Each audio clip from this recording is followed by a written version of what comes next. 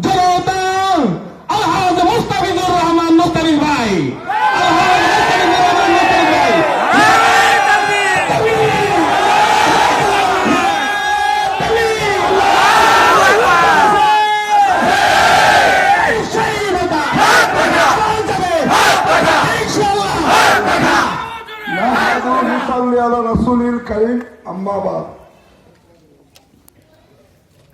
আজকের এই পথসভার সম্মানিত এবং সংগ্রামী সভাপতি, উপস্থিত ইসলামী আন্দোলন বাংলাদেশের সর্বপর্যায়ের নেতৃবৃন্দ এবং আমার সামনে উপবিষ্ট ইসলামী আন্দোলন শুধু নয়, ইসলাম দেশ মানবতার পক্ষে যারা শহীদ হওয়ার জন্য প্রস্তুত আছেন, আমার সেই সংগ্রামী ভাইয়েরা,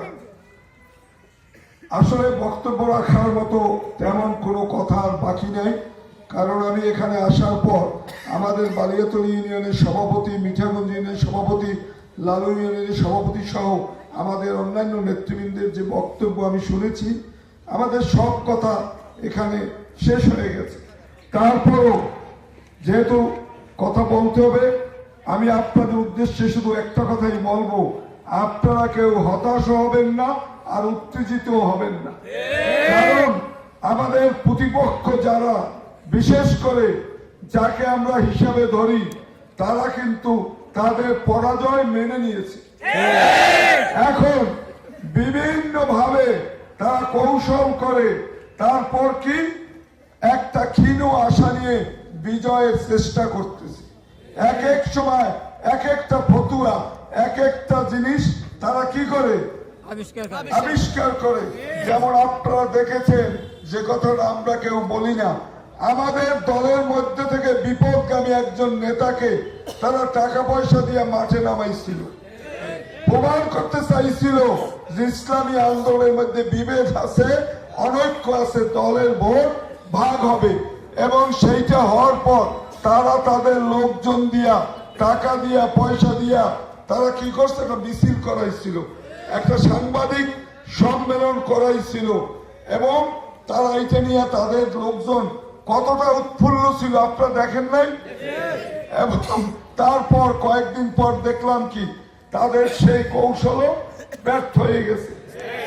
সেই প্রার্থী আমাদের কোন নেতা কর্মী সমর্থকদের মধ্যে সামান্যতম সহানুভূতি পায় নাই, নিজে নিজে কি হয়েছে, চুপ করে বসে গেছে, তার কোনো খবর কোথাও নাই। এখন বিভিন্ন ধরনের কথা বলতেছে। এখানে আমার ঘোষণায় বলা হয় ডাক্তার, আসলে ভাই আমি কি ডাক্তার?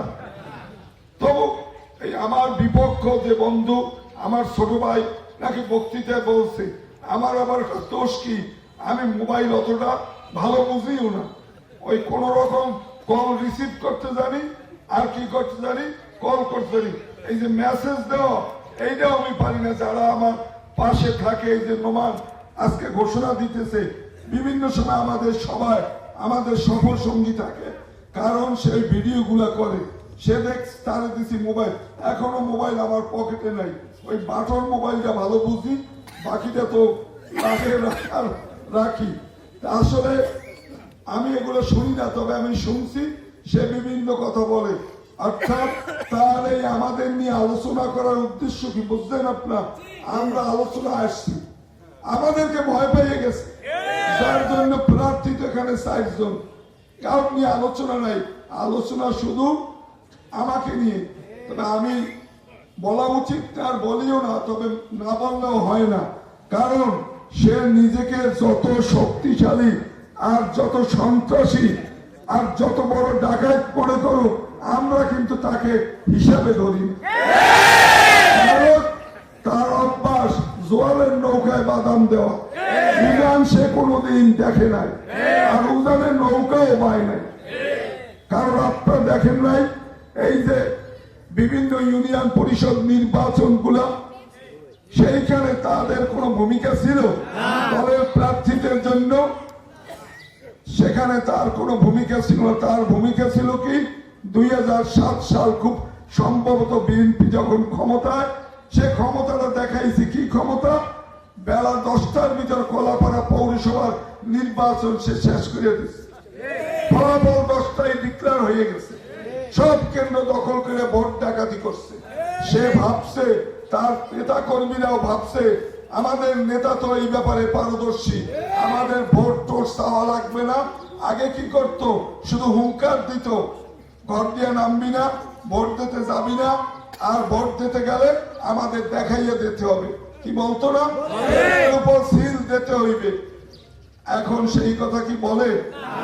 এখন বলে কি, এখন বাড়ি বাড়ি ঘোরে, ঘোরে না, দল বান্ধে কি ভোট চাইতে যায়, অনুনয় বিনয় করে, এবং তার মাঝে একটা হুমকি দিয়ে আসে কি, যে ভোট যদি না দাও 13 তারিখে আর দেশে থাকতে দিব না। ওই যে কয় না, মানুষের অভ্যাস কোনোদিন পাল্টায় না, মানে তার অভ্যাস হলো কুঅভ্যাস, খারাপ মানুষের লোকে খারাপ ব্যবহার করা, ভয়ভীতি দেখানো, যার জন্য যতই ভালো থাকার চেষ্টা করুক এদিক দিয়ে বুদ্ধি টুদ্ধি দিয়ে দেয়, এইসব কাজ করবে না। আমাদের যেমন আমি শুনছি একজনের গাইলে কয়, খুব গালাগালি করছে, আমরা তো পাশাপাশি অফিসার, আমার পাশা তো কইতে আছেন আইয়া